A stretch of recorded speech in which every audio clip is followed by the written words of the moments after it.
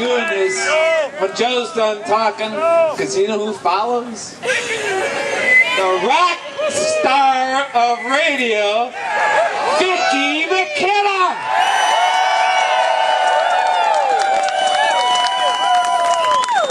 I'm freezing. Thank you all for staying so late. I know we're losing daylight. And we don't have lights. But wait, I heard some of you had pitchforks. I heard some of you had torches.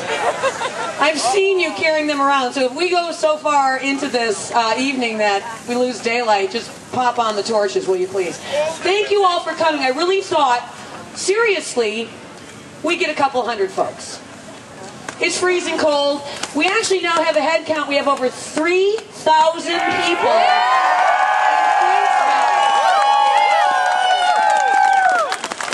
It's freezing, and we have 3,000 people in Franksville, Wisconsin, on a lawn, you know, on a county highway. And it's not because you felt like freezing your butts off. It's because finally now, everybody figured out that it's all about you. It's individual people getting together with individual people doing amazing things.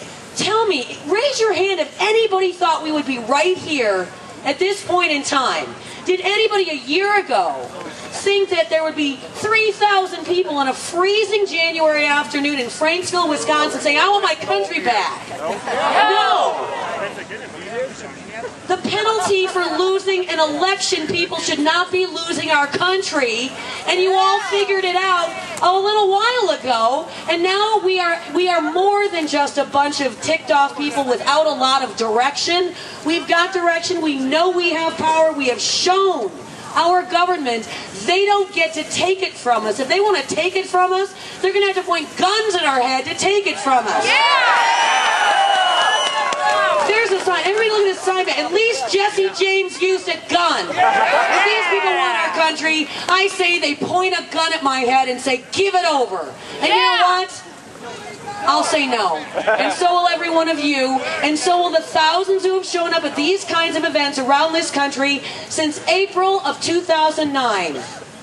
April of 2009 is where the Renaissance of Liberty took place for the very first time. In Madison, Wisconsin, in Sheboygan, Wisconsin, Racine, Wisconsin, Green Bay, Wisconsin, in Chicago, Illinois, Atlanta, Georgia, Dallas, Texas, and New York City. Thousands of us said, nah, you don't get my taxes, you don't get my country, you don't get my kids, you don't get my grandma, you don't get my health care, you don't get to take everything that I've worked my ass off for to line the pockets of your crony capitalist spending constituency. That is why we're here. And we are on the precipice, folks, of taking this country back. Nancy Pelosi and Harry Reid, as we speak, are locked behind closed doors. They're taking more of our cash to try to bribe more constituencies to sign on to a bill 62% of the American people have said they don't want. Harry Reid and Nancy Pelosi said, yeah? Who cares? We don't want it. They said, who cares? 70% of us don't want this stimulus. And Nancy Pelosi and Harry Reid said, who cares? We care. 70% of us didn't want to bail out the banks. And Nancy Pelosi and Harry Reid said, who cares? We care. I know you care. That's why you're here. And that is why this must continue. None of you thought you were a power. None of you thought you were a force a year ago. I didn't either. I got a radio show. All I can do is gripe, right? Look at what we've done. Turn around and look at yourselves. Hug yourselves. Kiss yourselves. I don't care. It's all good here. Keep you warm.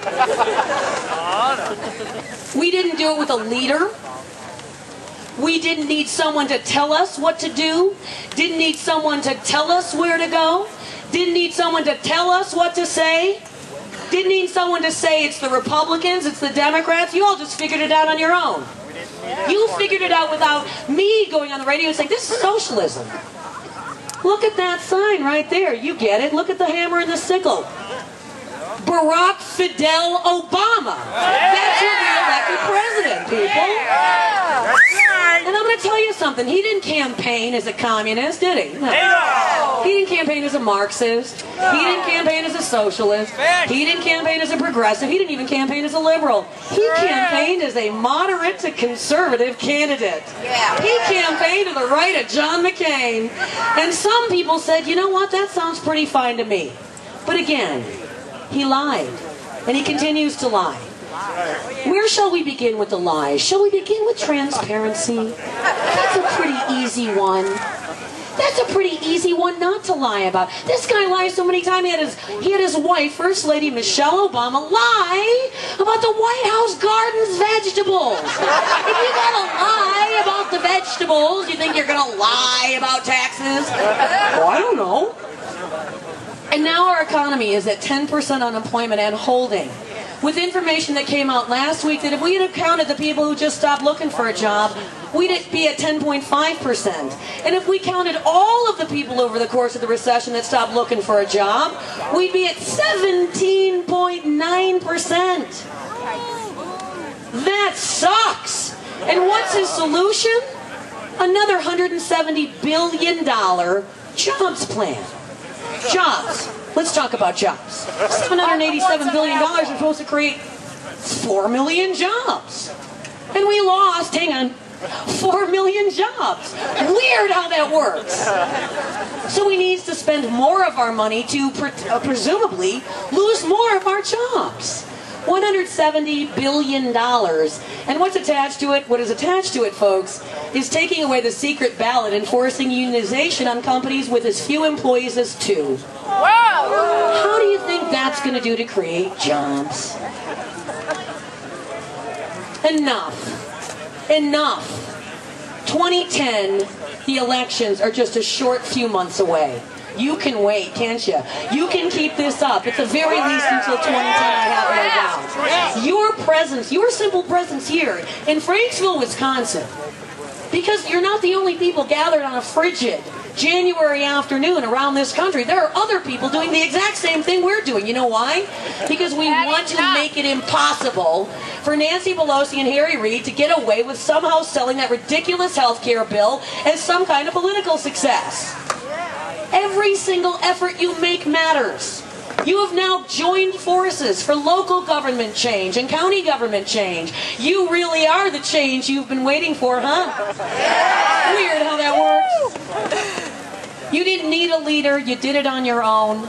You don't need me to tell you what a wonderful group of folks you are. But here's what I would like to tell you. You give me faith in America. A year ago, I was ready to essentially concede that we have gone the way of the European welfare state. I was ready. Well, I got to tell you what, folks, it's pretty hard to get a flag-waving girl like me to come to the point where I think my country is slipping between my fingers. And April 15th changed my mind. Then May, then June, then July, and each individual month here in Wisconsin, 5, 6 of these kinds of gatherings. And you guys jumped the phones, and you jacked the fax machines, and you didn't stop. You are beyond a force to be reckoned with. Let me tell you something, Tea Partiers. You are more popular than either the Democratic Party or the Republican Party. America is you. You are America. Period. I want to real quickly, before I wrap up, I want to recognize some folks who didn't get a chance to come up here. They're here to listen. They're here to learn. You've got State Representative Brett Davis. The chairman of the Republican Party, Reince Priebus, was here, and Racine County Executive Bill McReynolds was here as well. They didn't want to speak. They just wanted to let you know they're listening too. Everyone's listening, so I want you to make it as loud as possible. I want you, don't be quiet, who cares about being quiet and polite? Come on, it's more fun when you can hear somebody in the cheap seat, so let's hear it. God bless America. Thank you.